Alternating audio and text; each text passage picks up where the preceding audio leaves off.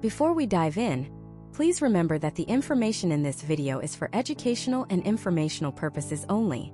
It is not a substitute for professional career or financial advice. Your career path is unique, so please consult with a qualified advisor for your specific situation. There's a story I need to tell you, and it's a story that's playing out in thousands of offices across America right now. It's about two people, let's call them Jessica and Mike. Jessica did everything right. She went to a good state school, worked her tail off, and graduated with a bachelor's degree in communications and $120,000 in student loan debt. She was told this degree was her golden ticket. Mike, on the other hand, took a different path. After high school, he worked a few odd jobs, but spent 6 months and about $4,000 of his savings to get a highly respected certification in digital marketing and analytics. He built a portfolio of projects demonstrating his skills. When they both applied for the exact same marketing coordinator position at a fast-growing tech company, a job with a starting salary of $70,000, who do you think got the offer? It was Mike. Jessica, with her expensive 4-year degree, got a polite rejection email. The hiring manager later told a colleague that while Jessica was smart, Mike could prove on day one that he could actually run a Google Ads campaign, analyze site traffic, and increase conversions. He had the specific in-demand skills they needed right now. Jessica had the theory. Mike had the proof. This isn't just a one-off story. This is a quiet revolution that is completely reshaping the American job market. The fundamental promise that we were all sold, that a 4-year college degree is the only reliable path to a stable, high-paying career, is cracking under the weight of its own expense and inefficiency. And some of the biggest, most influential employers on the planet are leading the charge. Google, Apple, IBM, Bank of America, Tesla. What do they all have in common? They have all publicly announced that they are dropping the 4-year degree requirement for a huge number of their jobs. They've gone on the record saying they now prioritize demonstrable skills over traditional credentials. Think about that for a second. The very companies that college graduates are desperate to work for are now saying the degree itself is optional. This isn't a small trend. This is a seismic shift. It's a signal to the entire economy that the old rules no longer apply. The game has changed, but millions of students and parents are still playing from an outdated rulebook, taking on life-altering debt for a piece of paper that is rapidly losing its exclusive value. So this brings us to the ultimate showdown, the central question we are going to answer for you today. In the battle for your future, your time, and your money, what is the smarter investment? The traditional 4-year degree or the targeted, skills-based professional certification? The answer is not simple, and anyone who tells you it is selling you something. It's not about one being universally better than the other. It's about which one is the right tool for the job you want, in the industry you want to be in, at this specific moment in history. And that's exactly why we made this video. We're going to give you the 2024 playbook for career success in the United States. We're going to cut through the noise, the outdated advice from your high school guidance counselor, and the billion-dollar marketing campaigns from universities. We're going to show you, with hard data and real-world examples from hiring managers, exactly when a certification can launch you into a 6-figure career faster and cheaper than a degree ever could. We will also be brutally honest about the professions where a degree is still a non-negotiable requirement to even get your foot in the door. By the end of this, you will have a clear framework to analyze your own goals and make the best possible decision, a decision that could save you tens of thousands or even hundreds of thousands of dollars and years of your life. Let's be real about the problem we're facing. It's called degree inflation. For decades, the bachelor's degree was a mark of distinction. It signaled to employers that you were disciplined, intelligent, and trainable. But what happens when everyone has one? It becomes the baseline. The bachelor's degree has become the new high school diploma. It gets you past the initial HR filter, but it doesn't guarantee you anything beyond that. The result? A national crisis of underemployment. The Federal Reserve Bank of New York tracks this, and their data is staggering. Right now, over 40% of recent college graduates are underemployed, meaning they are working in jobs that do not require a college degree. Imagine that. You spend 4 years and $100,000 to compete for a job you could have gotten right out of high school. It's a trap. You take on massive debt to get a degree, so you need a good job to pay it off. But the degree itself doesn't give you the specific skills to land that good job, so you end up taking a lower-paying job just to start making payments, all while the interest on your loans keeps piling up. It's a vicious cycle that has trapped an entire generation of Americans in a state of financial anxiety. And employers see this too. They are drowning in resumes from college graduates who all look the same on paper. They all have a degree, a decent GPA, and maybe an internship. But what can they do? Can they manage a complex project using agile methodology? Can they design a secure cloud infrastructure in Amazon Web Services? Can they use Salesforce to manage a customer pipeline? These are the skills that companies are desperate for. These are the skills that solve immediate business problems and generate revenue. And this is where the professional certification has emerged as a powerful disruptor. A certification isn't about general knowledge. It's a laser-focused credential that proves you have mastered a specific, marketable skill. It's a signal to employers that you require less training, you can create value from day one, and you are committed to your professional development. In a world where technology is changing at a dizzying pace, the ability to quickly gain new, relevant skills is becoming more valuable than the 4 years of general education you received years ago. The new rules of the hiring game are simple. Proof trumps pedigree. What you can do is more important than where you went to school. Your portfolio of work is more compelling than your GPA. This is a terrifying thought for an education system built on the prestige of centuries-old institutions, but it's an incredibly liberating idea for you, the individual. It means you are no longer defined by the college you could or couldn't get into, or the debt you were or weren't willing to take on. It means you have the power to pivot, to upskill, and to build a lucrative career based on your abilities, not your background. The pathways to success are multiplying. You can become a highly paid IT professional, a project manager, a data analyst, or a digital marketer, often in less than a year, and for a fraction of the cost of a single semester at a university. So, how do you navigate this new landscape? How do you know when to go for that Google Project Management certificate versus a full-blown MBA? When is a CompTIA A+ certification the key that unlocks a six-figure cybersecurity career? And what about the skilled trades, the electricians, the welders, the plumbers? Are we overlooking a goldmine of stable, high-paying jobs that America desperately needs, all because we've been conditioned to believe that working with your hands is somehow less prestigious than working in a cubicle? We are going to break it all down. We'll look at the industries where certifications are not just an alternative, but the preferred credential. We'll dissect the careers where a degree is still the unshakable foundation. And we will explore the powerful strategy of stacking, combining a degree with certifications to become an unstoppable force in the job market. To start, we need to dismantle the 3 biggest lies you've been told about college and your career, because understanding these myths is the first step toward making a truly informed decision about your future. The first and most pervasive lie is what I call the golden ticket myth. It's the story we've all been told since we were kids. It goes like this: go to a good college, get a degree, any degree really, and you'll be handed a golden ticket to a stable, well-paying career. You'll walk across that graduation stage, diploma in hand, and step directly into the life you've always dreamed of. It's a beautiful, comforting narrative. It's also dangerously outdated. Let's be brutally honest. That golden ticket has expired. For millions of Americans, that piece of paper has become one of the most expensive receipts in history. The Federal Reserve Bank of New York recently found that over 40% of recent college graduates are underemployed. Let that sink in. 40%. That means they are working jobs that do not require a college degree. They're baristas with degrees in philosophy, retail managers with degrees in marketing, delivery drivers with degrees in history. They followed the rules, they did what they were told, they took on an average of $30,000 in student loan debt, all for a job they could have gotten straight out of high school. Think about someone we'll call Jessica. Jessica was the first in her family to go to college. She worked her tail off, got into a great state university, and graduated with honors and a degree in communications. She was told this was a versatile degree, that it would open doors everywhere. She imagined herself working in public relations for a cool tech company, or in corporate communications for a Fortune 500 firm. The reality? After graduation, she sent out over 200 resumes. She got 3 interviews. The feedback was always the same. You have a great academic record, but we're looking for someone with practical experience with HubSpot, Google Analytics, and Salesforce. Those weren't things she learned in her theory-heavy classes. Today, Jessica is a shift supervisor at a coffee shop, managing a team of 3 people. She's brilliant, she's capable, but she's trapped. Her $60,000 degree is a framed reminder of a promise that was broken, while her student loan payments are a very real, very present anchor, dragging her down every single month. The degree wasn't a golden ticket, it was a lottery ticket, and it didn't pay out. This brings us to the second great lie, the 6-figure salary myth. This is the idea that a bachelor's degree is the only legitimate path to a high income.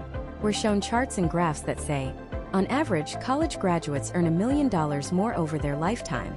And while that statistic has been true historically, it hides a much more important, more immediate truth. The market doesn't pay you for your degree. It pays you for the value you can provide right now. Pays for in-demand verifiable skills. What if I told you that one of the fastest-growing six-figure jobs in America is a cloud solutions architect?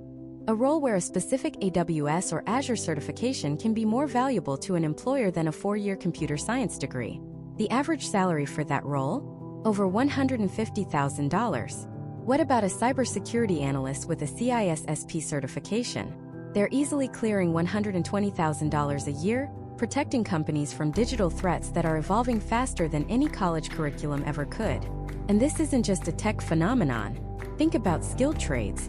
A commercial diver, a highly specialized and dangerous job requiring intense certification, can earn over $100,000. An elevator mechanic, after completing a rigorous apprenticeship and certification program, has a median salary of over $97,000 a year. These are not low-skill jobs. They are high-skill, high-consequence, high-reward careers. The problem with the $1 million lifetime earnings argument is that it's an average. It lumps a graduate with a petroleum engineering degree, who makes $200,000 a year in with a graduate who has a fine arts degree and makes $35,000. It creates a dangerously misleading picture.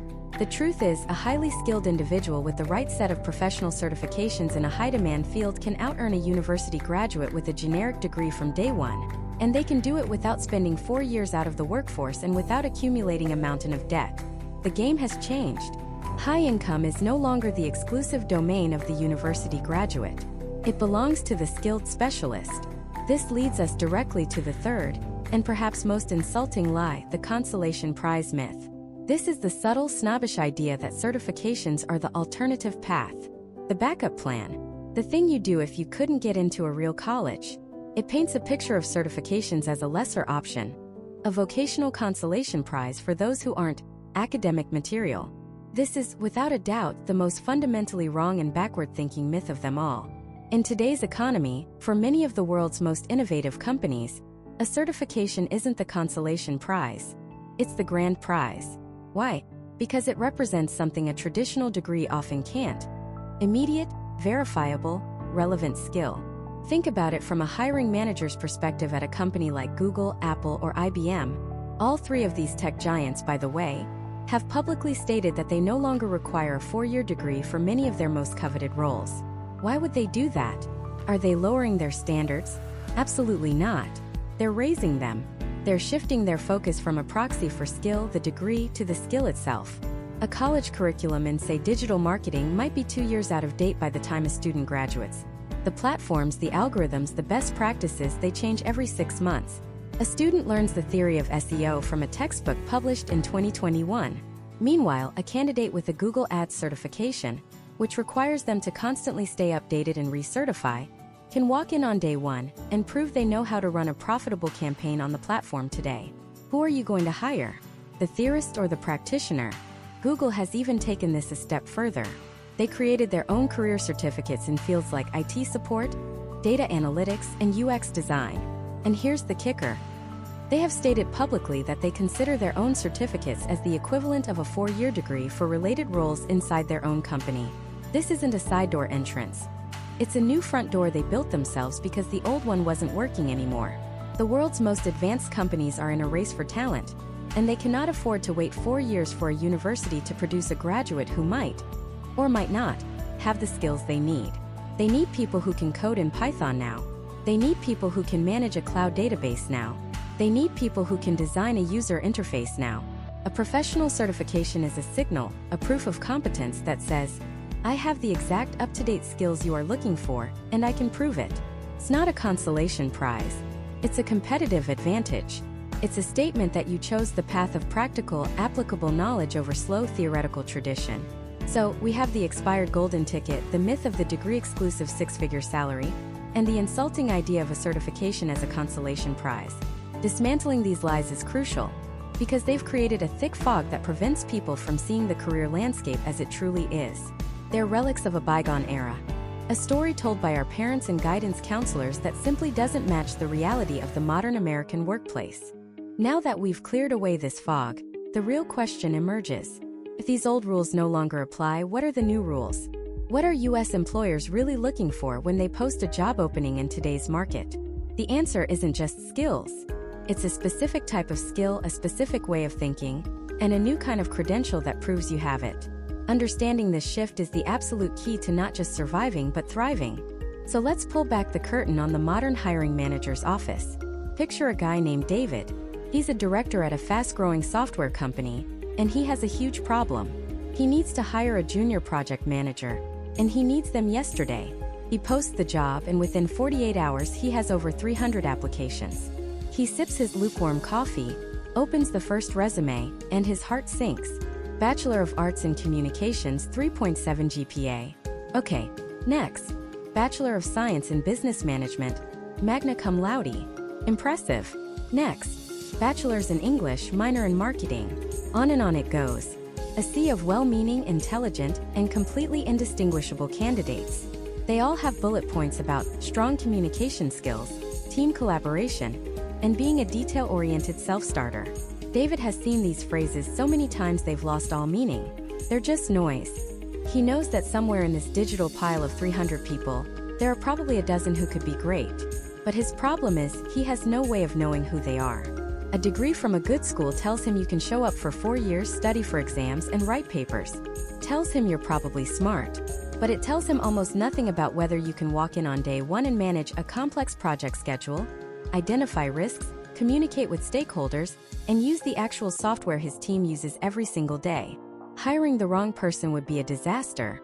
It would cost him time, money, and team morale. It's a massive risk. And every single one of these resumes represents a risk. So what is David and thousands of hiring managers just like him desperately searching for? He's looking for a signal in the noise, something that cuts through the vague platitudes and proves that a candidate doesn't just have theoretical knowledge, but practical, applicable, day one skills. He's looking for a de-risking mechanism. Now let's switch scenes. Meet Sarah. Sarah graduated a year ago with a degree in history from a solid state university. She's smart, she's a fantastic researcher, and she can write a brilliant essay. And she's currently working as a barista, buried in student loan debt. She's been applying for corporate jobs, anything that sounds like a real career. For months, she's sent out over 100 applications. She's had 3 phone screenings and 1 first-round interview that went nowhere. She keeps hearing the same feedback. We're looking for someone with more direct experience. It's the classic paradox. You can't get experience without a job, and you can't get a job without experience. She feels completely and utterly stuck. One night, scrolling through LinkedIn, she sees a post from a former classmate who also had a non-technical degree. He just landed a great job as a project coordinator. In his post, he didn't thank his university. He thanked Google. Specifically, the Google Project Management Professional Certificate he completed on Coursera. Sarah is skeptical. Costs a few $100s and takes a few months. How could that possibly compete with her 4-year $60,000 degree? Sounds too good to be true. A gimmick. But she's desperate, so she starts digging. She reads reviews. She watches YouTube videos. She finds entire communities of people just like her, liberal arts majors, career changers, veterans, who use this exact certification to break into new fields. What they all said was the same. The program didn't just teach them theory. It forced them to use templates, create project charters, build risk management plans, and practice with mock scenarios. It taught them the language of the profession. With a mix of hope and what do I have to lose desperation, she signs up. For the next 3 months, Sarah dedicates her evenings and weekends to it. And something interesting happens. She's not just memorizing terms for a test. She's learning a system, a repeatable industry-standard process for taking a chaotic idea and turning it into an organized, successful reality. She learns about Agile, about Scrum, about creating a work breakdown structure. These aren't just abstract concepts from a textbook. They are tools. She feels her mindset shifting. For the first time, she feels like she has a tangible, marketable skill. She finishes the course, passes the final assessment, and gets the certificate. It's a downloadable PDF. Feels a little anticlimactic. She updates her LinkedIn profile and adds Google Certified Project Manager to her resume, right below her name. She tweaks her resume's summary to include keywords like agile methodologies, stakeholder communication, and risk mitigation. Then, she sees a junior project manager position posted at a fast-growing software company. She takes a deep breath and applies.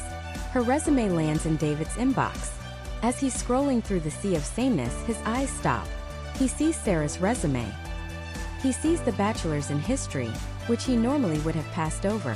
But right at the top, he sees that certification, the Google Project Management Certificate. For David, this is a signal.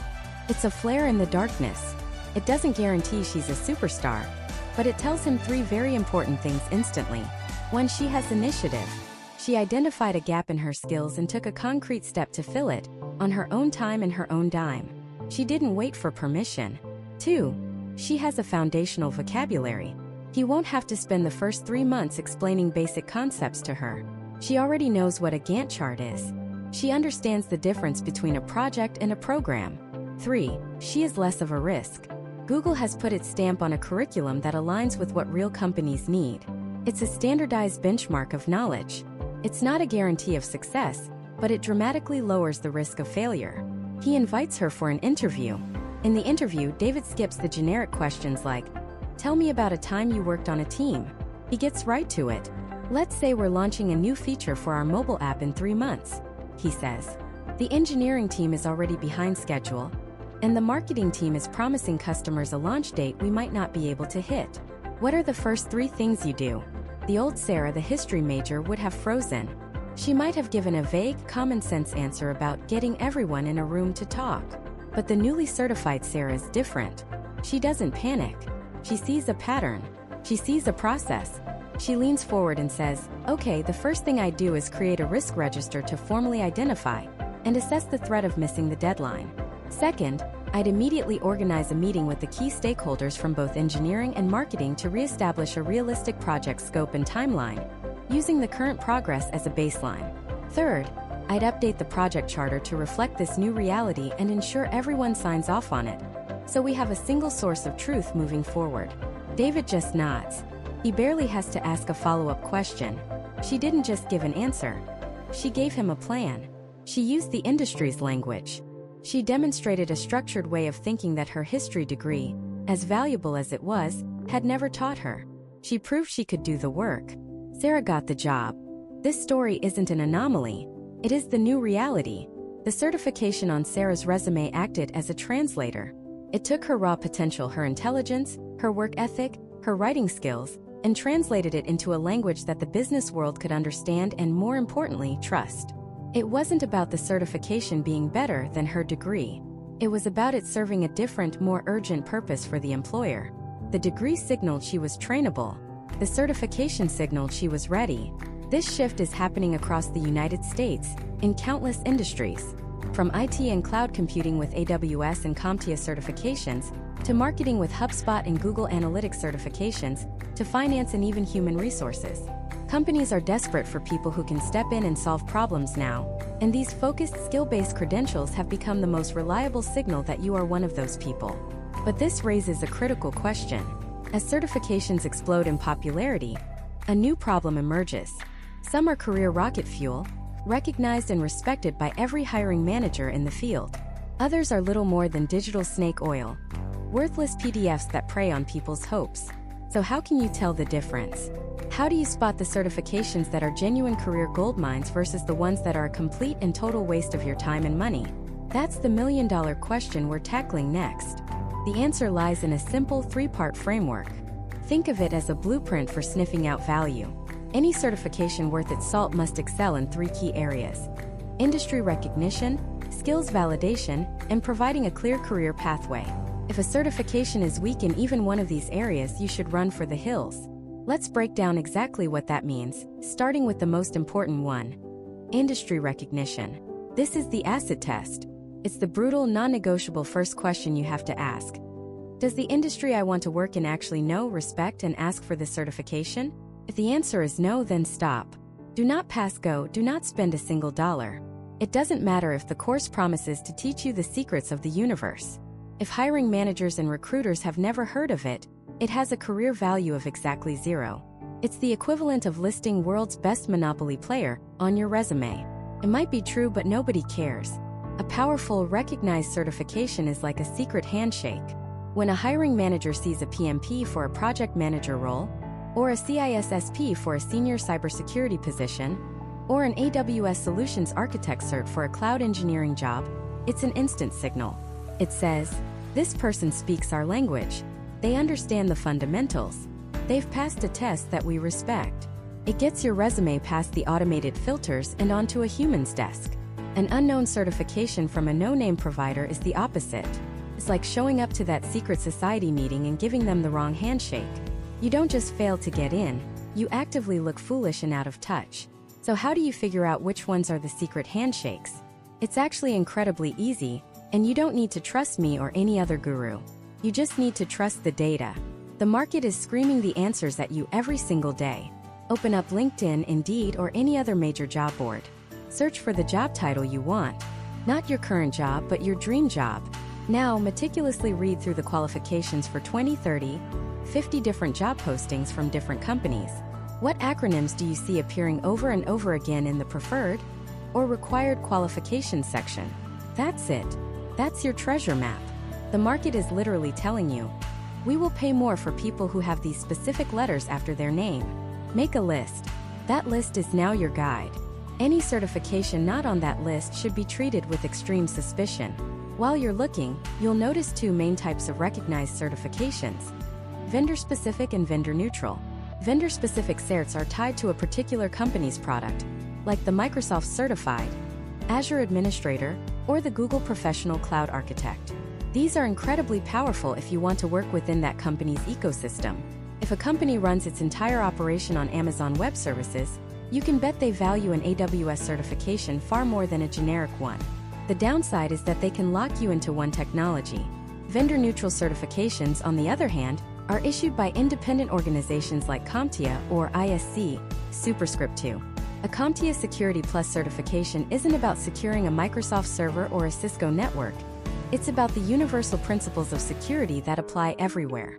This makes them broadly valuable and a fantastic foundation, especially early in your career. The key is to check which type the jobs you want are asking for. Often, the answer is a combination of both. A foundational vendor-neutral cert to prove you know the concepts, and a vendor-specific one to prove you can apply them on the platform they use. Now for the second pillar of our framework, skills validation. This is where we separate the contenders from the pretenders.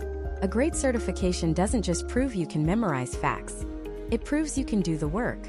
And employers are getting very, very good at telling the difference. There's a plague in the certification world known as the paper tiger. These are certifications that look impressive on paper, but in reality, they're just a test of your short-term memory. The exams consist of multiple choice questions, and the answers are easily found in online test dumps.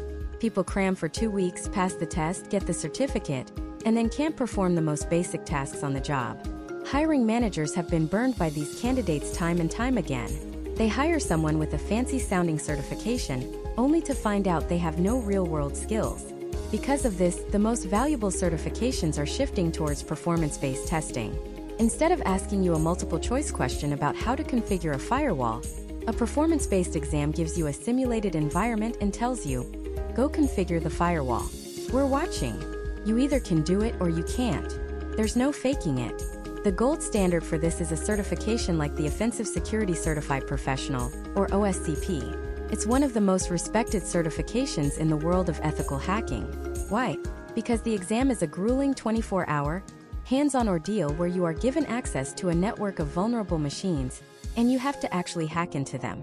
You have to find the vulnerabilities, exploit them, and document your process in a professional report. Passing the OSCP doesn't just say you've read about hacking. It's a verified, battle-tested proclamation that you have the skill, the creativity, and the endurance to do the job of a penetration tester.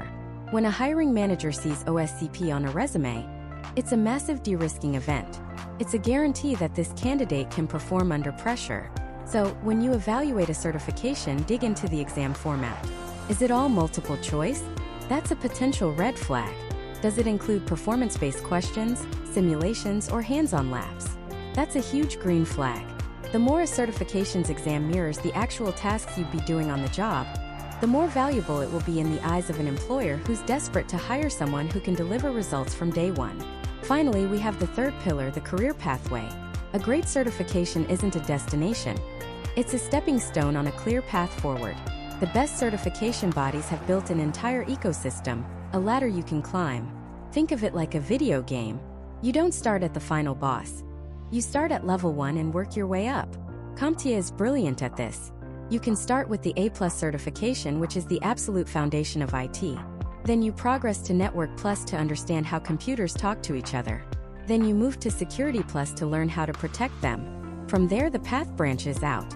You can specialize in cybersecurity analysis with the CISA+, or in penetration testing with the Pentaeus Plus. Each certification builds on the last. This is called stackability. When an employer sees you have a more advanced cert, they can infer you have the knowledge from the foundational ones. It shows a journey. It shows commitment. Beware the one-and-done trap. These are certifications that teach a single, isolated skill but don't connect to anything else. They might be useful for a very specific, niche task, but they don't open doors for promotion or career changes. It's like a train ticket to a town with no connecting lines. Once you're there, you're stuck. A good certification pathway should always have a what's next built into it. And there's a subtle but critical component to this pathway: maintenance. The most respected certifications expire.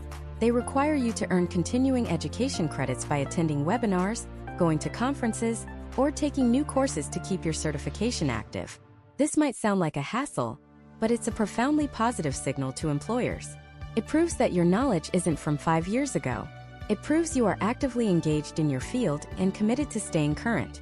In fast-moving industries like tech and healthcare, a certification that never expires is often a sign that its content is already obsolete. An expiration date isn't a flaw. It's a feature that guarantees relevance. So there you have it. Your 3-part lens for judging any certification. Is it recognized by the industry? Does it validate real-world skills? And does it place you on a clear career pathway? If you can answer a firm yes to all 3, you've likely found a winner. If you get a maybe or a no on any of them, your time and money are better spent elsewhere. So now we have a powerful framework for cutting through the noise in the certification world. But what happens when we turn that same critical lens on the 800-pound gorilla in the room? The institution that for generations was seen as the undisputed, non-negotiable ticket to a better life, the 4-year college degree. For our parents and grandparents, the equation was simple. Go to college, get a degree, get a good job, and build a stable, prosperous life. The degree wasn't just a credential, it was a promise of upward mobility, a signal to the world that you were intelligent, disciplined, and ready for the white-collar world. It was the safest bet you could make on your future. But we all know deep down that the game has changed.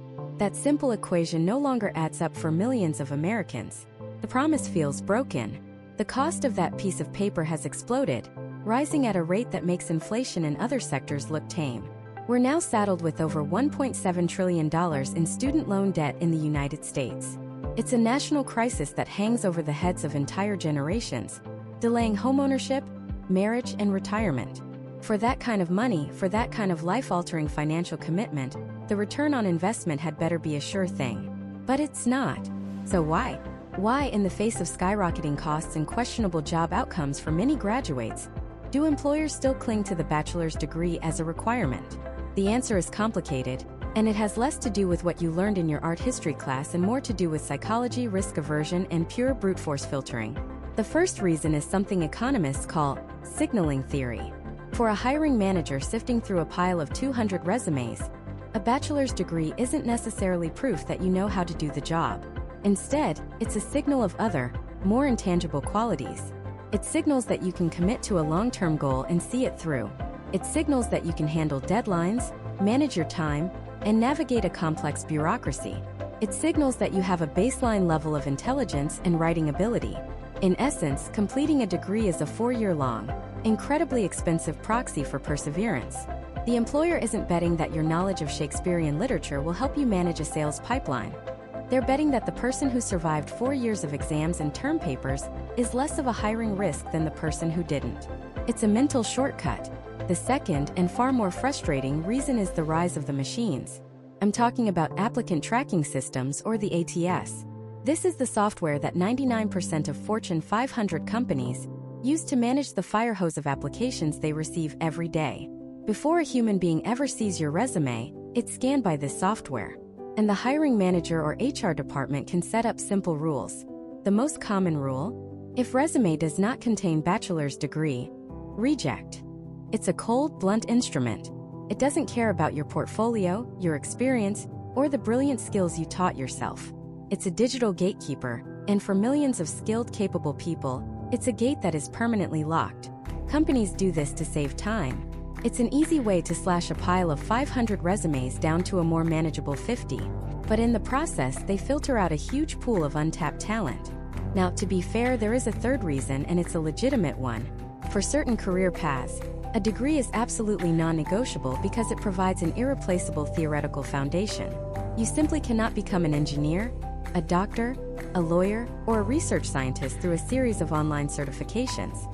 These fields require a deep, systematic understanding of fundamental principles, physics, biology, legal theory, statistics, that can only be built through years of structured, rigorous academic study. A certification can teach you how to use a specific tool like a piece of software.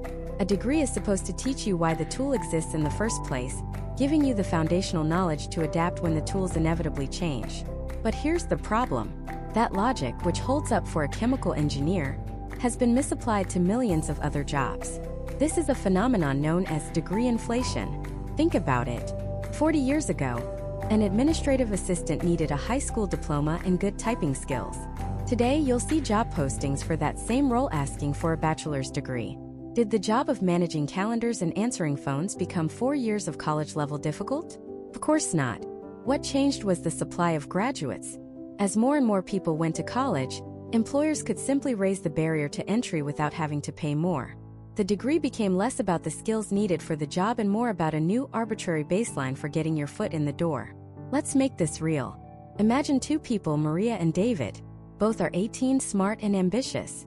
Maria follows the traditional path. She goes to a good state university and majors in communications. Over 4 years, she learns about media theory, public speaking, and rhetorical analysis. She writes dozens of papers, pulls all-nighters, and graduates with a 3.7 GPA. She also graduates with $50,000 in student loan debt. She enters the job market and starts looking for an entry-level marketing position. The good news? Her bachelor's degree gets her past the ATS filters at major corporations. The bad news? In her interviews, they ask her about her experience with Google Analytics, SEO, and running social media ad campaigns. She has none. Her degree was all theory, no practice. She eventually lands a job, but she spends the first year feeling behind, frantically learning the actual practical skills of modern marketing on the fly, all while a chunk of her paycheck disappears to service her debt. Now let's look at David. David sees the mountain of debt and decides to take a different path. He skips the 4-year university. Instead, he enrolls in a highly rated 6-month digital marketing bootcamp. It's intense, project-based, and costs him $5,000, which he pays for by working part-time. He learns SEO, pay-per-click advertising, content marketing, and social media management. He doesn't just learn the theory, he does it. He builds a portfolio of mock campaigns. He earns his Google Ads and HubSpot certifications. He graduates with zero debt and a portfolio of work that demonstrates tangible skills. He starts applying for the same entry-level marketing jobs as Maria. The bad news? His resume is automatically rejected by many large corporations because he doesn't have a degree. The ATS filter knocks him out. The good news? He focuses on startups and mid-sized companies that value skills over credentials. In his interviews, he doesn't just talk about what he can do. He shows them. He walks them through the campaigns in his portfolio. He gets a job offer 3 months before Maria, at a slightly higher starting salary, and with no debt payments eating into his income. So who made the right choice? 10 years down the line, who is in a better position? The answer isn't simple. Maria's degree might give her a higher ceiling in the long run. The critical thinking and writing skills she honed could make her a better candidate for a future management position. That piece of paper might be the key that unlocks the door to an MBA program or a senior leadership role. David, on the other hand, has a 5-year head start on earning, saving, and investing. He has no debt holding him back. His practical, hands-on skills might make him more agile and adaptable in a fast-changing industry. He might jump from company to company, rapidly increasing his salary based on his proven results, eventually making more than Maria. Or, he might hit a ceiling where companies refuse to promote him to a director level without that traditional credential. This is the dilemma facing millions of young people. And it's the dilemma facing employers too. The degree is a signal, but the signal is getting noisy. It's a filter, but the filter is catching the wrong people. And it's a foundation, but for many jobs, it's a foundation of abstract theory, not a launchpad of practical skill. This forces us to ask a critical question. What is the true return on investment for a 4-year degree in today's economy? And how do you calculate it for yourself before you sign on for a lifetime of debt? Let's actually do the math.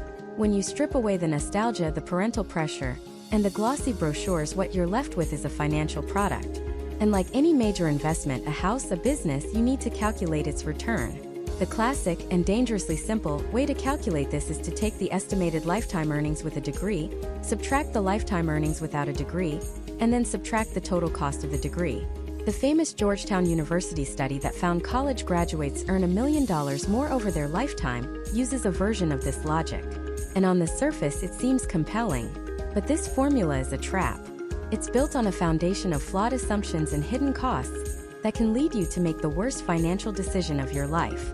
Let's start with the most obvious number, the cost. When you think of the cost of college, you think of tuition. But tuition is just the cover charge. The real costs are buried in the fine print.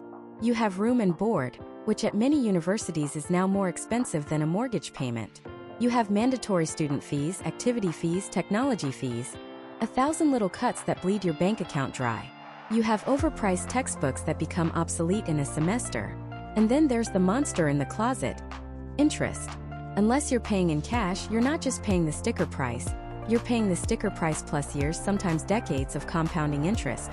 A $100,000 loan can easily become a $170,000 debt by the time you pay it off. But even all of that combined pales in comparison to the single biggest cost of a 4-year degree, the one that almost nobody ever includes in their calculation: opportunity cost. For 4 years, while you are sitting in a lecture hall learning about macroeconomic theory, your peers who went straight into the workforce are earning money. They're gaining experience. They're getting promotions. They're contributing to a 401k. Let's be conservative and say they get a job that pays $40,000 a year. Over 4 years, that's $160,000 in earned income that you didn't get. That's $160,000 they have for a down payment on a house, while you're just starting to tackle your mountain of student debt. So the real cost of your degree isn't just the tuition and the loans, it's the tuition, the loans, plus the $160,000 you forfeited by not working. Suddenly, that $200,000 education is actually a $360,000 hole you have to dig yourself out of. Now let's look at the other side of the equation. The earnings. That $1 million lifetime bonus is an average. And averages are masters of deception. That number gets massively skewed by the highest earners, the neurosurgeons, the Wall Street quants, the Silicon Valley engineers. It doesn't represent the reality for the hundreds of thousands of graduates with degrees in sociology, art history, or communications who find themselves in a job market that has no specific demand for their academic knowledge. This leads us to the most painful reality of the modern degree: underemployment. The Federal Reserve Bank of New York consistently finds that over 40% of recent college graduates are working in jobs that don't even require a college degree. Think about that. Nearly half of all graduates are spending a fortune to end up as baristas, retail managers, or administrative assistants, jobs they likely could have gotten 4 years earlier without the debt. They're not using their degree, they're being crushed by it. They've been sold a first-class ticket to the middle class, only to find the ticket is for a different train, and they've missed their departure. So, if the old ROI calculation is broken, how do you build a better one? You stop thinking about lifetime earnings and start thinking about a much more urgent, practical metric: the payback period. How many years of work will it take for your degree to actually pay for itself? Let's build a real-world scenario. Let's imagine a student named Alex going to a decent in-state public university. First, we calculate the total investment. Tuition and fees, $25,000 a year. Over 4 years, that's $100,000. Room and board, $15,000 a year. That's another $60,000. Books and supplies. Let's call it $5,000 over 4 years. So far, we're at $165,000. Let's assume Alex's family helps out, but Alex still needs to borrow $80,000. At a 5% interest rate over a standard 10-year repayment, Alex will pay back over $100,000. So let's add a $20,000 interest cost. Now we're at $185,000. Finally, the opportunity cost. The job Alex could have gotten out of high school pays $40,000 a year. Over 4 years, that's $160,000 in lost wages. So, Alex's total investment is not the $100,000 tuition. It's $185,000 in direct costs and interest, plus $160,000 in opportunity cost. The grand total is a staggering $345,000. Second, we calculate the degree premium. This is the extra money Alex earns because of the degree. Alex studied business and lands a respectable entry-level analyst job paying $60,000 a year. The job Alex could have gotten without the degree paid $40,000. So the annual degree premium is $20,000. That's the real financial benefit of the degree year over year. Finally, we calculate the payback period. We take the total investment and divide it by the annual degree premium. $345,000 divided by $20,000 per year. The answer is 17.25 years. Alex will be nearly 40 years old before the investment in a college degree actually breaks even. For 17 years, a significant portion of every paycheck will be going towards paying for a decision made as a teenager, effectively erasing the financial advantage the degree was supposed to provide. Now, let's contrast this with a certification. Let's imagine a different person, Sarah. She decides to pursue a certification in cybersecurity. First, her total investment. The bootcamp program costs $15,000 and takes 6 months to complete. During those 6 months, she can't work her part-time job, so her opportunity cost is, say, $10,000. Her total investment is $25,000. No long-term loans, no massive interest payments.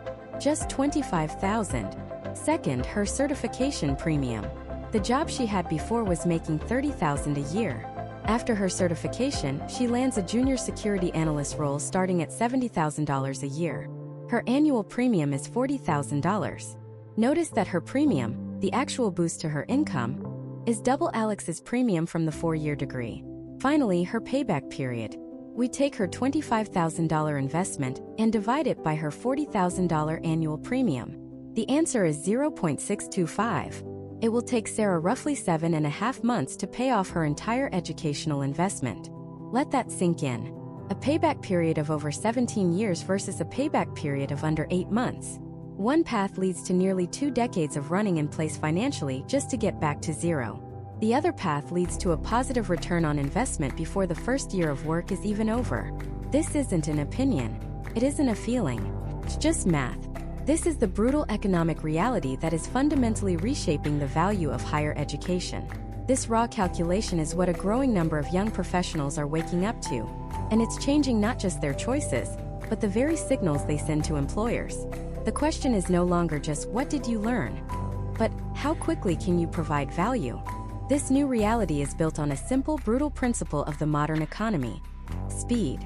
And the most valuable signal you can send an employer isn't just competence. It's immediate competence. Let's unpack this with a tale of 2 candidates. We'll call them Alex and Ben. They're both applying for a mid-level cybersecurity analyst role at a fast-growing financial tech company.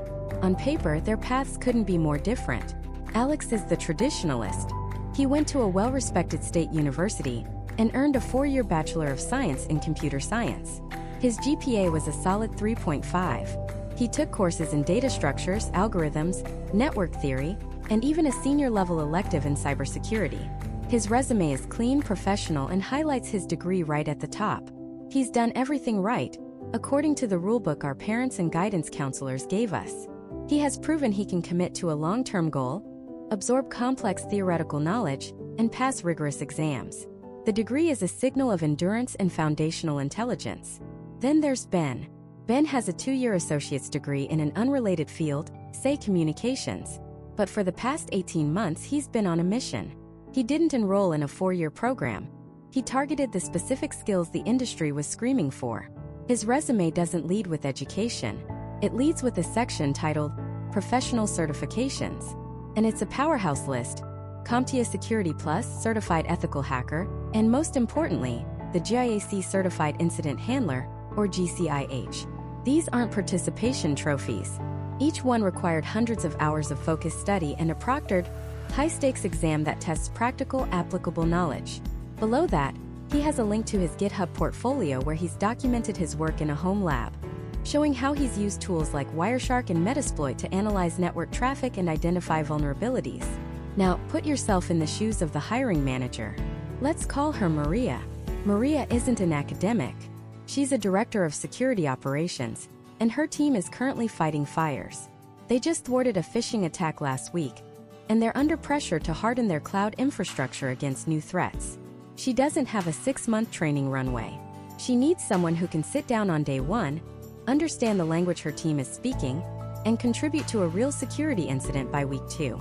She looks at Alex's resume. The computer science degree is great. It tells her he's smart and can learn, but his cybersecurity elective was 2 years ago. The principles are likely still valid, but the specific tools, threats, and techniques have evolved at lightning speed. His degree is a signal of potential. He has the foundation to become a great analyst, but Maria knows she'll have to invest significant time and resources to get him there. He knows the why of computing, but maybe not the how of today's security landscape. Then she opens Ben's resume. The impact is immediate and visceral. The CompTIA Security Plus tells her he knows the fundamentals. The certified ethical hacker tells her he understands the attacker's mindset. But the GCIH certification is the clincher. That specific cert is highly respected and focuses on detecting, responding to, and resolving security incidents. It's a direct, undeniable signal that Ben possesses the exact skills her team needs right now. His portfolio of home lab projects is the proof. He hasn't just read the textbook. He's been in the trenches, albeit simulated ones. Who do you think gets the first call? In this scenario, it's Ben. Overwhelmingly. This isn't a knock on Alex or the value of his degree. In a different context, say applying for a research role at a large defense contractor with a long-term development program, Alex's deeper theoretical foundation might make him the preferred candidate.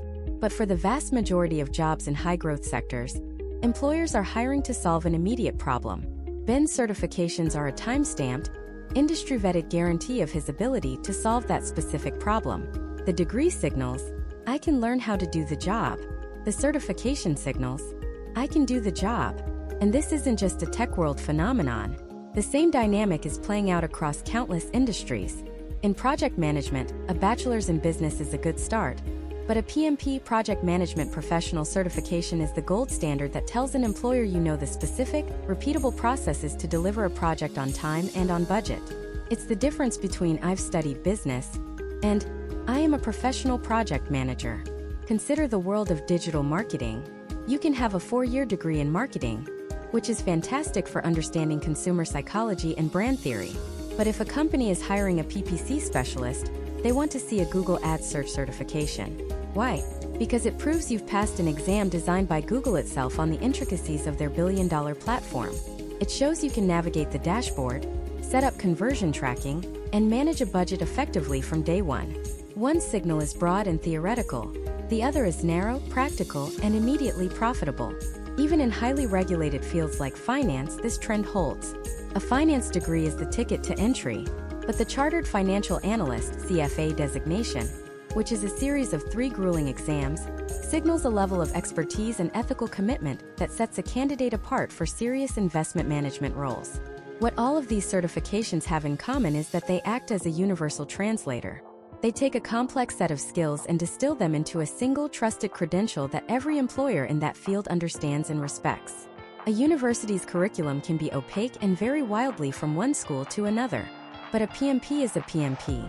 A Google Ads certification is a Google Ads certification.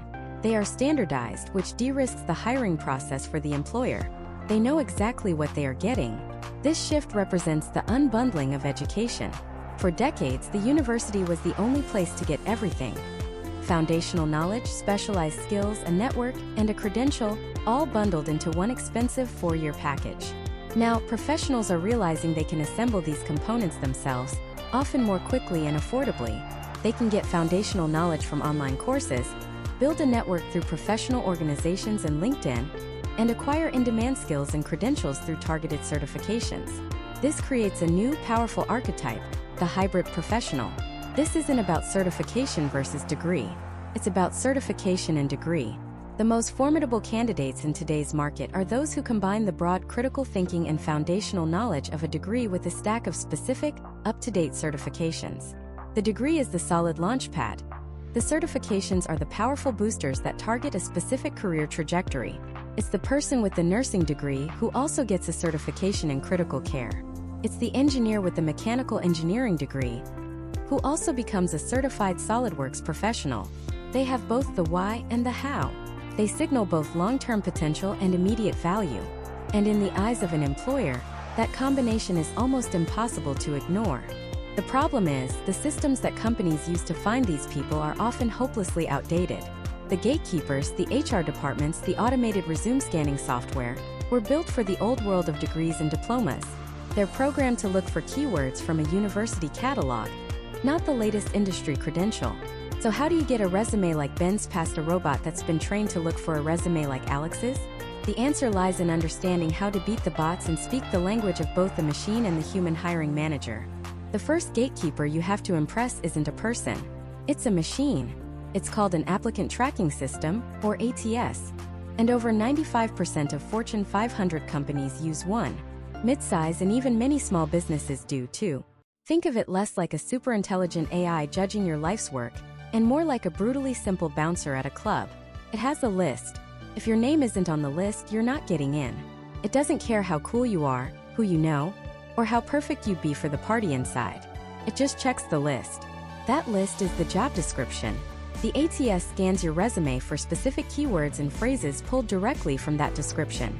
If it finds enough matches, it gives you a score. Too low, and your resume is digitally filed away into a black hole, never to be seen by human eyes. This is the first great filter.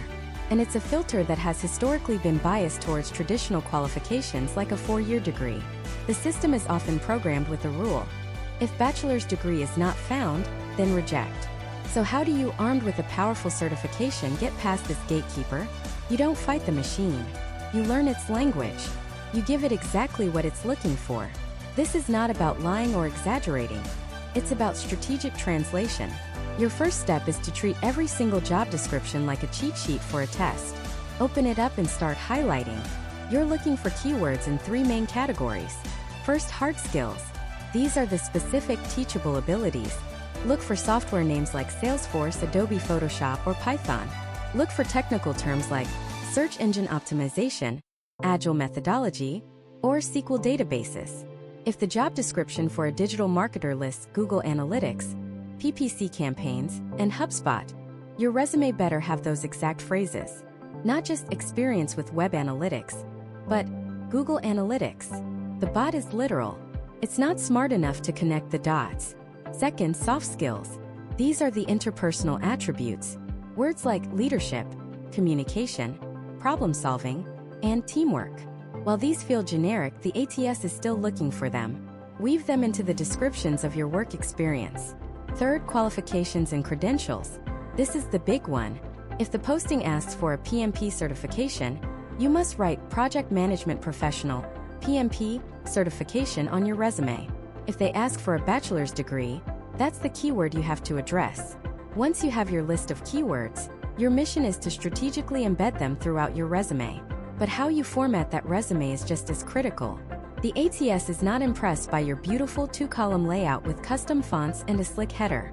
In fact, that's more likely to get you rejected. The machine can't parse it.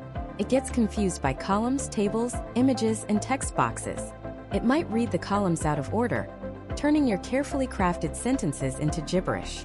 Your resume needs to be brutally simple and machine-readable. A clean single-column format using standard fonts like Arial or Times New Roman. Use standard section headings. Don't get creative and call your work history, my professional journey. Call it professional experience. Use education, skills, and most importantly for someone like Ben, a dedicated certification section. This makes it incredibly easy for the bot to find and categorize your information.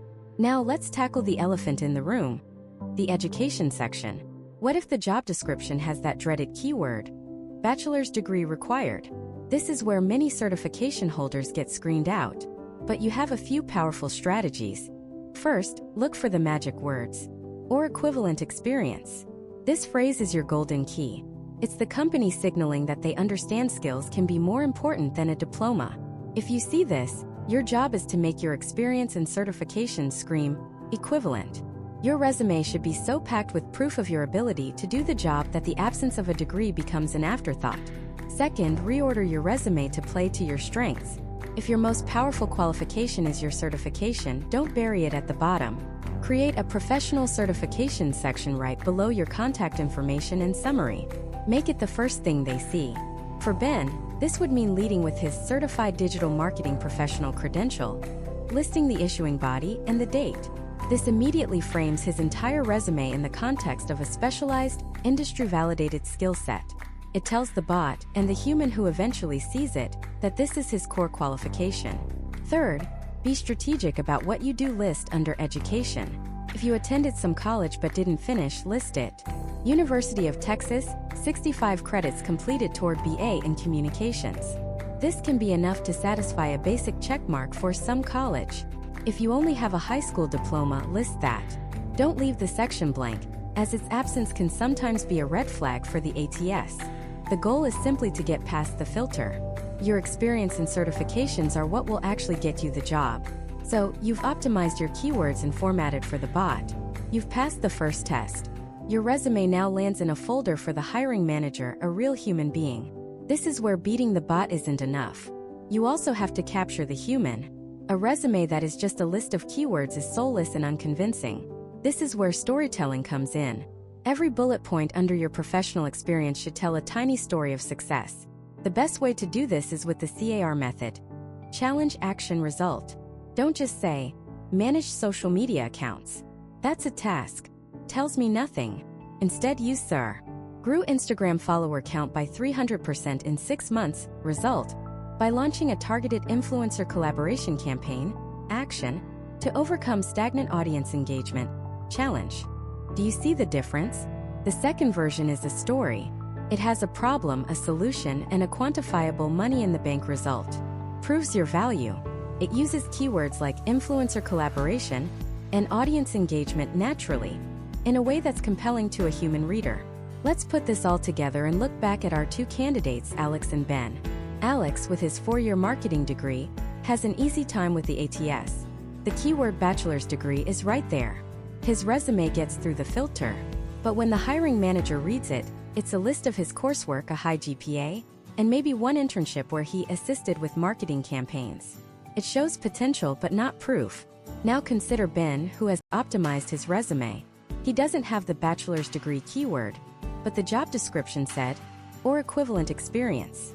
His resume is a masterclass in beating the system and impressing the human. At the very top, under his name, is a bold certification section highlighting his Certified Digital Marketing Professional credential. His skills section is a mirror of the job description, listing SEO, PPC, content marketing, and HubSpot. His professional experience section, filled with freelance projects, is all about the CAR method. Bullet points read like, increased client web traffic by 40% in Q3, result. By executing a comprehensive SEO audit and content overhaul, action, to improve poor search engine rankings, challenge, and achieved a 15% conversion rate on a targeted Facebook ad campaign, result. By using A/B testing on ad copy and creative, action, for a client with a limited marketing budget, challenge. When the hiring manager puts Alex's resume and Ben's resume side by side, the choice becomes clear. Alex has the traditional credential. He has learned about marketing, but Ben's resume proves he has done marketing. His certification is the badge of a specialist, and his experience, framed as a series of success stories, provides undeniable proof of his capabilities. He didn't just get past the bot. He presented a case so compelling that the hiring manager is now more interested in his proven results than in a piece of paper he doesn't have. Getting your resume into the right hands is a critical battle, and one you can absolutely win with the right strategy. But it's only the first half of the war. Once your powerful story-driven resume gets you the interview, you have to walk in there and seal the deal. You have to be able to talk about your certification and your experience in a way that makes a 4-year degree seem like the slow, expensive, and less practical option. And how you do that, how you articulate your value in person, can make all the difference. So let's talk about the interview. The final showdown. This is where the paper qualifications meet the pavement. You can have the most impressive certification in the world, but if you can't communicate its value under pressure, it's just a line item on a resume. A degree holder often has a built-in advantage here, not because they're smarter, but because they've had 4 years to practice talking about their journey. They have a pre-packaged, socially accepted story. Your job is to walk in with a better one. First, you need a radical mindset shift. You are not there to apologize for not having a degree. You are not less than. You are not the alternative candidate. You are the specialist. You are the strategic choice. You chose a path of focused, accelerated, practical learning because you are results-oriented. Every answer you give must be filtered through this frame of confidence. Don't be defensive, be deliberate. The most powerful way to do this is to master the value trinity. It's a 3-part storytelling formula that you can adapt to almost any interview question. The 3 parts are the problem, the action, and the result. It sounds simple, but it's devastatingly effective. Let's break it down. Imagine the interviewer asks a classic question. Tell me about your experience with project management. A typical weak answer sounds like this. Well, I got my PMP certification and I learned a lot about Agile and Scrum. I've worked on a few projects and I'm a good communicator. It's generic, it's forgettable, and it doesn't prove anything. Now let's use the value trinity. First, you start with the problem. This shows you understand the business context, not just the technical skill. In my previous role, we were consistently missing deadlines. The core issue was a lack of clear communication between the development team and the marketing department. Projects would get stuck in a loop of revisions, and nobody had a clear picture of the project's real-time status. It was costing us both time and morale. See what you did there? You didn't just talk about yourself. You identified a real-world business problem that every manager has experienced. You're speaking their language. Next, the action. This is where you bring in your certification not as the main event but as the tool you use to solve the problem. That's actually what prompted me to pursue my PMP certification. I didn't want a theoretical overview. I needed a tactical playbook, so I focused specifically on the Agile frameworks within the PMP curriculum. I immediately implemented a system using Kanban boards and daily stand-up meetings. This wasn't just something from a textbook. I adapted the process to our team's specific workflow, creating a centralized communication hub that everyone could access. You've connected your certification directly to a specific action. You showed initiative. You didn't just get a cert. You used it. Finally, and most importantly, the result. This is the knockout punch. This is where you translate your actions into measurable business outcomes. The result was that within the first quarter, we cut our project revision time by 40%. But more importantly, the team's morale skyrocketed because everyone finally had clarity and a sense of ownership. We didn't miss a single deadline for the next 6 months. That experience taught me that project management isn't just about charts and timelines. It's about building a system that empowers people to do their best work. Problem, action, result. You told a compelling story. You demonstrated your expertise. You proved your value in terms of time, money, and team culture. You just ran circles around the candidate who said, I have a business degree with a concentration in management. Now what about the elephant in the room? The direct question. We see you have this certification, but why don't you have a bachelor's degree? This is a gift. Do not get flustered. Smile. This is your chance to shine. Your answer should be confident, concise, and pivot back to their needs. Try this. That's a fair question. For me, it was a very intentional decision. I looked at the traditional 4-year degree path, and I looked at the specific skills this industry demands right now, especially in areas like mention a skill from the job description. I realized that a focused program like the year certification name would allow me to gain a deeper, more practical mastery of the exact tools and methodologies you're using, and do it on a much faster timeline. My goal was to be able to deliver value from day one, rather than spending years on general theory. I chose the path that I believe makes me a more immediate asset to your team. No apology, no defense. You frame it as a strategic business decision you made for yourself, and by extension, for your future employer. You've turned a potential negative into a massive positive, showcasing foresight, pragmatism, and a focus on results. The next layer to this is your portfolio. A degree is a receipt that says you paid for an education. A certification is a receipt that says you passed a test. A portfolio is undeniable proof that you can do the work. You must integrate your portfolio into your interview answers. Don't just say you have one. Use it as evidence. When they ask, do Do you have experience with data analysis? Don't just say yes. Say, absolutely. In fact, in my portfolio, I have a project where I analyzed customer churn data for a subscription service. I used SQL and Tableau to identify the key factors leading to cancellations and built a predictive model that was 85% accurate. I can actually walk you through the dashboard I created, which recommended 3 specific retention strategies that the company later implemented. You're not just answering a question. You are creating an interactive demonstration of your value. You're moving the conversation from hypotheticals to tangible achievements. The degree holder can talk about their capstone project theory. You can show them a real solution that gets real results. Finally, you need to flip the script by asking intelligent questions that subtly highlight the superiority of your practical skills. The end of the interview when they ask, "Do you have any questions for us?" is not a formality. It's your final opportunity to control the narrative. Don't ask generic questions about company culture. Ask pointed, operational questions. Ask, what is the single biggest bottleneck in your current workflow that a new hire could help solve in their first 90 days? This question positions you as an immediate problem solver. Ask, could you describe the most immediate project I would be contributing to? What specific skills are most critical for its success right now? This allows you to connect your certification skills directly to their active pain points. Ask, how does the team measure success for this role? What are the key performance indicators I would be judged on? This shows you are results-oriented and confident you can meet and exceed their expectations. These questions reframe the entire interview. You're no longer a student asking for a job. You are a consultant diagnosing a problem. The conversation shifts from, "Are you qualified?" to, "How soon can you start?" By combining this confident mindset, the value trinity storytelling, the integration of your portfolio, and these strategic questions, you create an overwhelming case for yourself. You're not just presenting a certification. You're presenting a complete package of a skilled, strategic, and results-driven professional. You make them feel that hiring the candidate with just a degree would be the riskier choice. You have now demonstrated that your path, the certification-first path, wasn't a shortcut. It was a smarter route. But winning the job is only the beginning. How do you leverage this into a long-term high-growth career that outpaces your university-educated peers for years to come? Because getting the first job is one thing, building an empire is another entirely. The architecture of that empire isn't built on a single victory. It's built on a strategy of relentless, intelligent accumulation. The single biggest mistake a newly certified professional can make is thinking the first certification is the finish line. In reality, it's the starting pistol. The degree holder is running a marathon on a predefined 4-year track.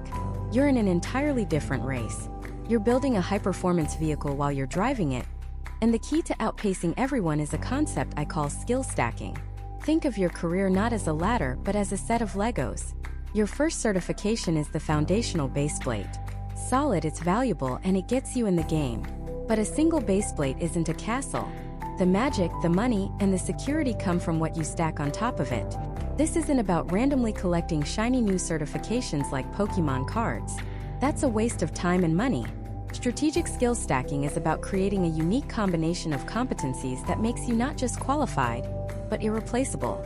There are 2 primary ways to do this: vertical stacking and horizontal stacking. Let's start with vertical stacking. This is the path of the specialist, the master. You pick a domain and you go deep, deeper than anyone else. Imagine you start your journey in IT with a CompTIA A+ certification. That gets you your first help desk or tech support job. Fantastic. But you don't stop there. While your peers are getting comfortable, you spend the next 6 to 9 months studying for and passing the Network Plus. Now you understand how networks function. You're no longer just fixing a computer. You're troubleshooting the system it connects to. You've just vertically stacked your skills, and your pay grade reflects that. From there, you stack the Security Plus. Now you're not just a network technician. You're a junior cybersecurity analyst. You understand the threats. After a year or 2 of experience, you go for the CISSP, the gold standard in cybersecurity. In the span of 3 to 4 years, while a college student was learning theory and accumulating debt, you've built a skyscraper of expertise. Each certification was a new floor, built upon the foundation of the last, giving you access to more senior roles, more complex problems, and dramatically higher salaries. You become the go-to person, the subject matter expert. This is the path to becoming a principal engineer, a senior architect, a cybersecurity consultant charging hundreds of dollars an hour. You're not just a worker, you're a weapon. But there's another, equally powerful path: horizontal stacking. This is the path of the hybrid professional, the integrator. Instead of going deeper in one field, you build bridges between different complementary fields. This is where you create a skill set so unique, so valuable, that companies will literally create roles for you. Let's take a real-world example. Say you become a digital marketer by getting certified in Google Ads and Analytics. You're great at driving traffic and analyzing campaign performance. That's your core skill. Now, most people would just get more marketing certs. But the horizontal stacker thinks differently. They look at the business and ask, where does my work connect to everything else? They realize the leads they generate go into a system managed by the sales team. So, they go out and get a Salesforce administrator certification. Think about what just happened. You are now the only person in the marketing department who truly understands the entire customer journey from the first ad click to the final sale. You can build reports that marketing and sales VPs would kill for. You can troubleshoot lead flow issues that have plagued the company for years. You're not just a marketer anymore. You are a revenue operations powerhouse. But you don't stop there. You see that all these cross-departmental projects are chaotic. So you stack on a project management professional or PMP certification. Now you can not only devise the strategy and understand the technology, but you can lead the team, manage the budget, and execute a flawless company-wide initiative.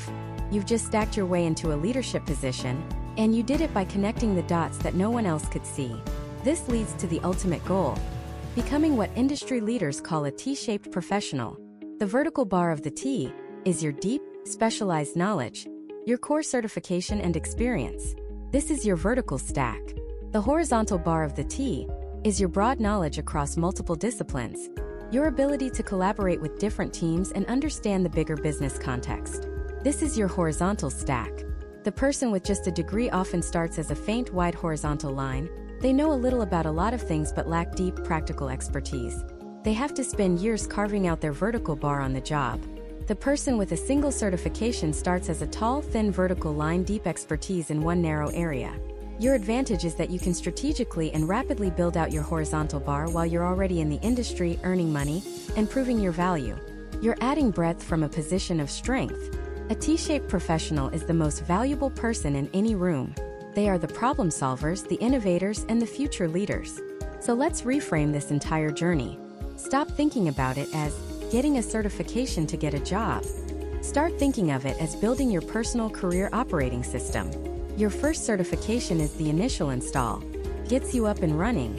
It's powerful, but it's version 1.0. Every new skill you stack, whether it's a new coding language, a cloud platform certification, a project management methodology, or even a public speaking course, is a software update.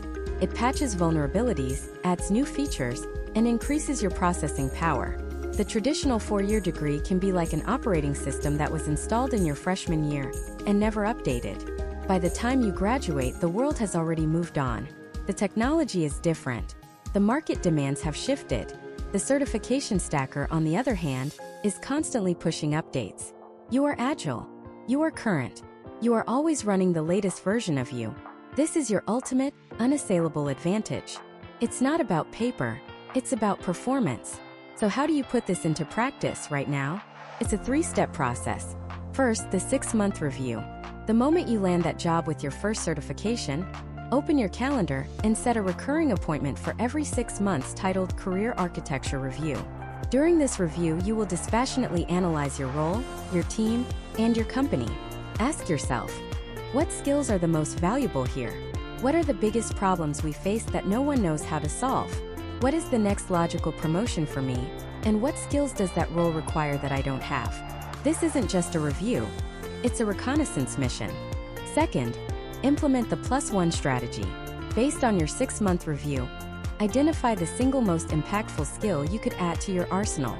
Your +1. If you're a data analyst, maybe the +1 is learning Tableau or a specific cloud data warehouse like Snowflake. If you're a software developer, maybe it's getting an AWS developer certification to understand the infrastructure your code runs on. Don't try to learn 5 things at once. Find the one linchpin skill that will create a force multiplier effect on your existing expertise. Then, find the best certification or course to acquire that skill and dedicate yourself to it. Third, and this is crucial, negotiate your education. Once you've proven your value with that first certification, you have leverage. Don't go to your boss and just ask for a raise. Go to your boss with a plan. Say, I've identified that our team struggles with X. I believe if I get certified in Y, I can solve that problem, which will save us time and make us more money. I'd like to ask if the company would sponsor my certification as part of my professional development. You've just transformed from an employee who costs money into an asset that generates value. The best companies will leap at the chance to invest in someone with that much initiative. You get a free career-boosting skill, and they get a more valuable employee. It's the ultimate win-win. 5 years down the road, let's look at the two paths. The university graduate is likely just making their last student loan payment. They have 5 years of experience, which is great, but they are often just beginning to specialize. You, on the other hand, have 5 years of targeted, real-world experience, 0 student debt, and a custom-built portfolio of 3 or 4 stacked certifications that make you a hybrid powerhouse. You didn't just keep pace. You've lapped them. You're not just a candidate for the next job. You're a candidate for a leadership role, an architect of solutions, the person they build teams around. The debate between a degree and a certification was never about which piece of paper is better. It was always about which path gives you more control, more speed, and more power to build the future you want. A degree suggests a path. A certification strategy allows you to forge your own. You are the architect. You are the builder. And the empire you're building isn't made of brick and mortar, but of skills, value, and a relentless commitment to becoming so good they can't ignore you. Now go lay the first stone.